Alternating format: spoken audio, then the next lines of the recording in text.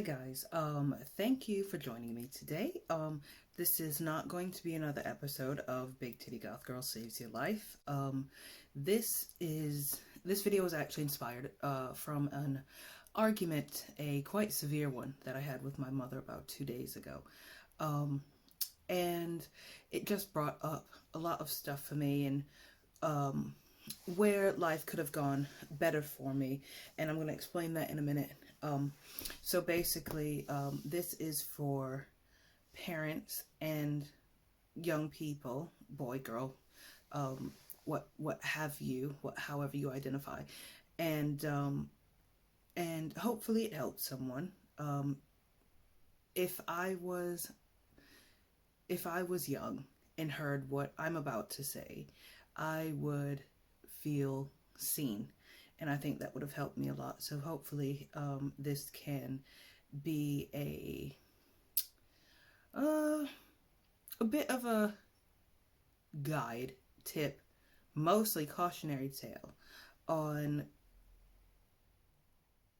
being a fat black goth kid, girl or boy. What, you know what I mean? You know what I mean? Okay, so I was born an only child, no siblings, and I was brought up by very strict, religious, traditional Baptist parents. My mom is Black American, my dad is like old school, born in Puerto Rico, Puerto Rican man. When I was younger, I was born in Texas. For about 2 years, we stayed there, and then we moved back to where my mother was from, Buffalo, New York, and that is where I spent my my young childhood years. Throughout my life, we moved back and forth quite a few times, 3 or 4 times, and from the time that I started school until the day I left, it has been a nightmare. Hated every second of it, from kindergarten all the way on up to the last day I was in school. Hated it from beginning to end. And in that time, my behavior was atrocious. My grades were atrocious. And my self-esteem was, again, atrocious. So, when I was 18, I met my husband online. He is 16 years older than me. By the way, estranged husband. We are not together. And I met him when I was 18 online. He was 16 years older than me. And by the time I was 20, I'd moved to the UK for him, and we got married.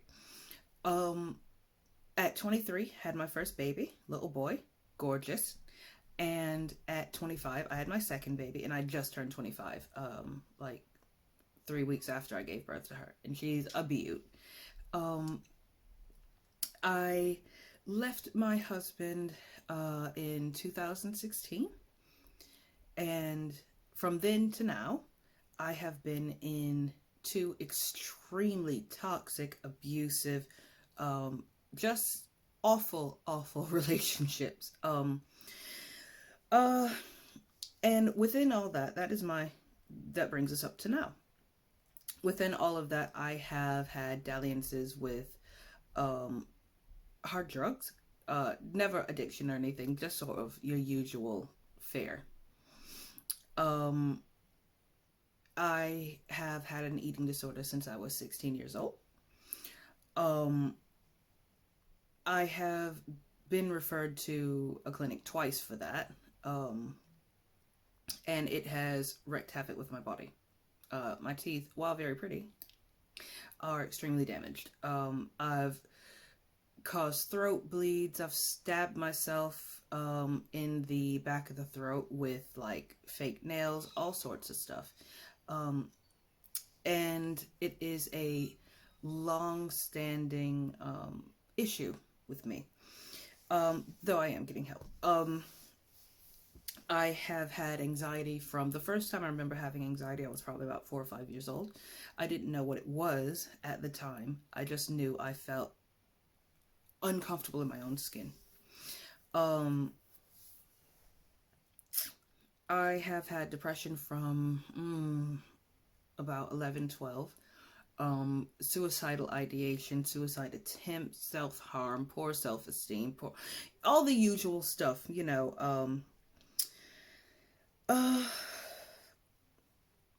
now, now I am relatively okay. Obviously, I have my issues. My children were a big motivator to get my crap together. But it's still very hard. It is an ongoing struggle for me all the time. To just be comfortable with who I am and what I've accomplished in life.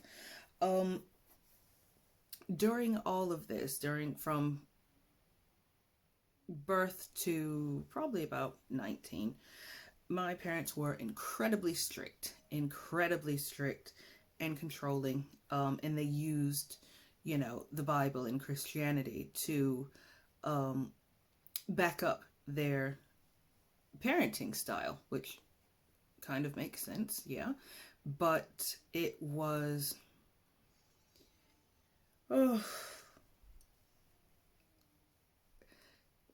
I am Christian. It didn't push me away from God. Um, but it made our relationship more difficult because you question things. You question, well, surely God doesn't want me to be miserable. So if this is who I am, then that's a part of his divine plan. Now, granted, I'm not a massively religious person. I don't go to church. I've got a lot of anger toward Christianity, Christians, the church in general. But that's for another video. Am I Christian? Yes. Am I a very good one? Absolutely not. Uh but yes, back to parents. When I stepped out of line, they dropped the hammer. They dropped the hammer. Um, and not only that, as far as the weight issue, because I have had a weight problem from forever. I can't ever remember not having one. Um, and if you need to talk to your kid about their weight, about their health, I cannot stress enough, be supportive, be sensitive, because your child knows they're overweight. They are reminded of it all the time. They get told that by their peers. They get told that by their friends. They get told that by, if they were anything like my growing up, they were told that by flipping teachers. Um,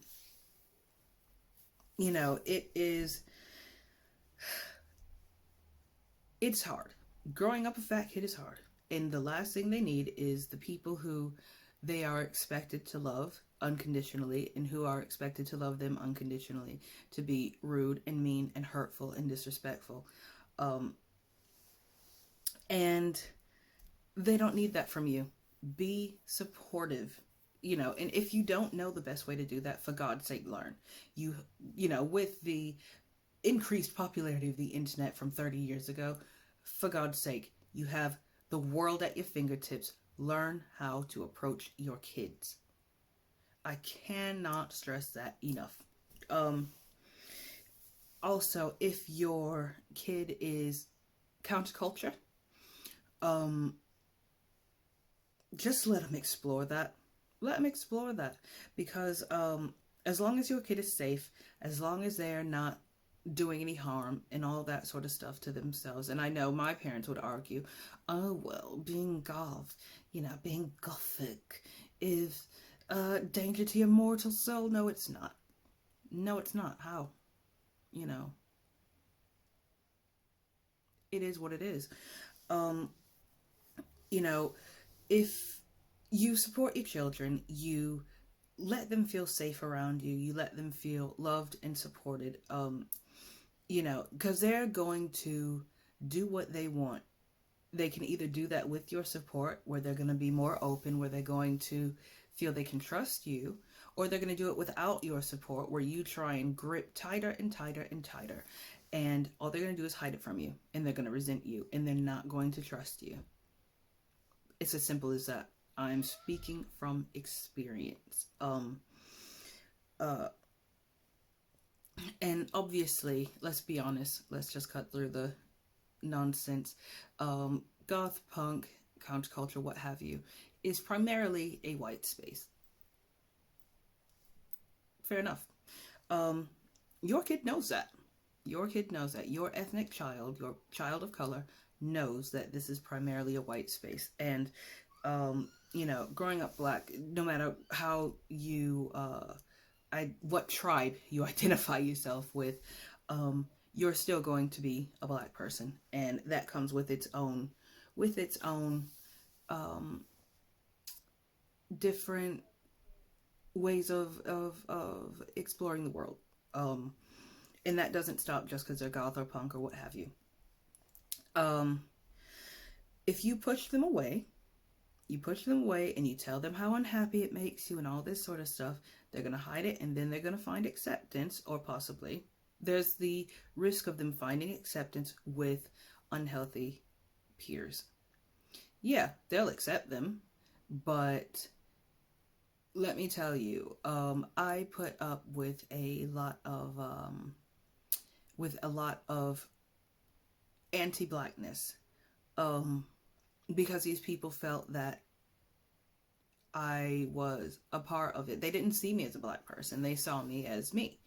And therefore they felt that they could say anti-black things around me and I'd be okay with it. Was I okay with it? Absolutely not. But I did not want to lose the only people that I felt cared for me.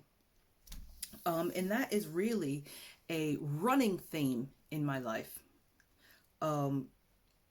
I never felt good enough. I still don't. As far as in my parents' eyes, I do not feel good enough. I will never feel good enough. Why? Because I have a lot of tattoos, because, I've got a lot of piercings. I like what I like, and that is not what they want for me. And now, because of that being instilled, where I never felt like, I felt like their love was conditional. I wound up with men and in relationships where I clung to horrible, horrible, horrible people because I felt I couldn't do any better, because I felt it was what I deserved, and I felt that no one else would love me. It's reality.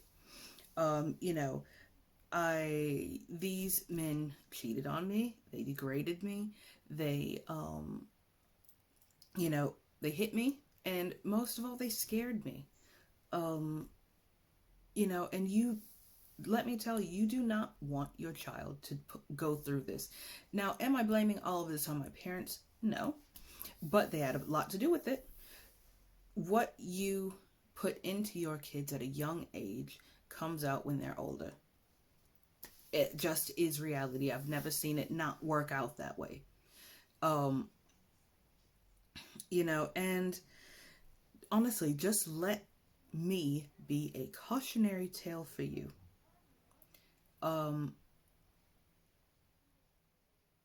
I would not wish some of the stuff I'd gone through on my worst enemy. And obviously there's a lot of really extreme things that I did not include in this video because it's not really anyone's business. That's between me and my therapist and God.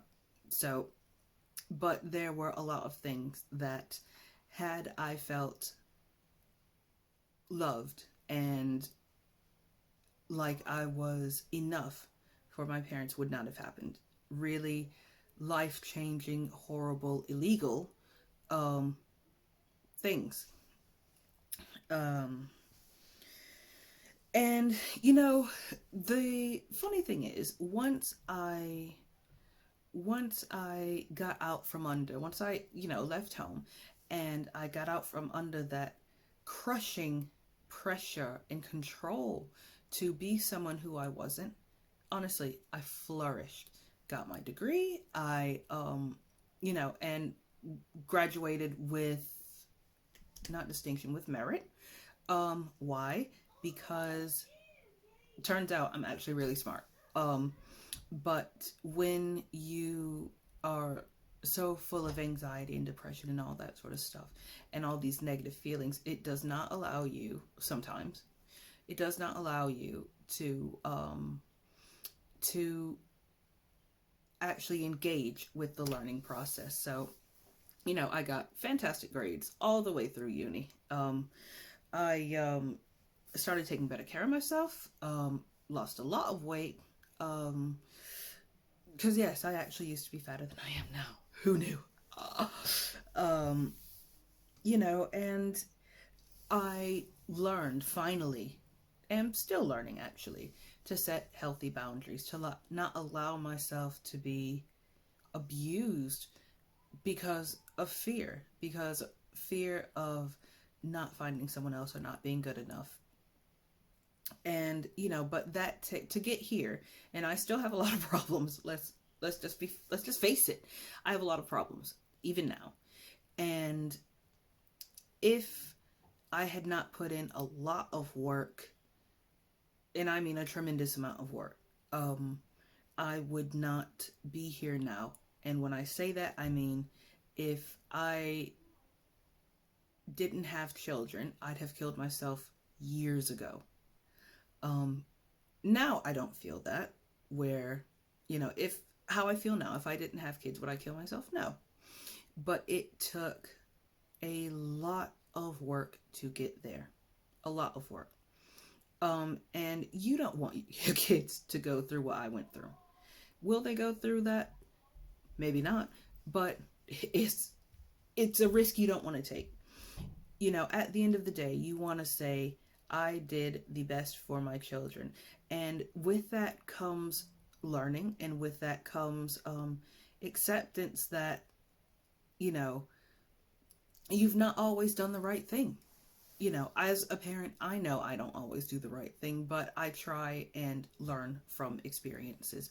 And I do research and I read and I get advice. I don't think I know everything because, there sometimes people know more stuff than you when it comes to parenting.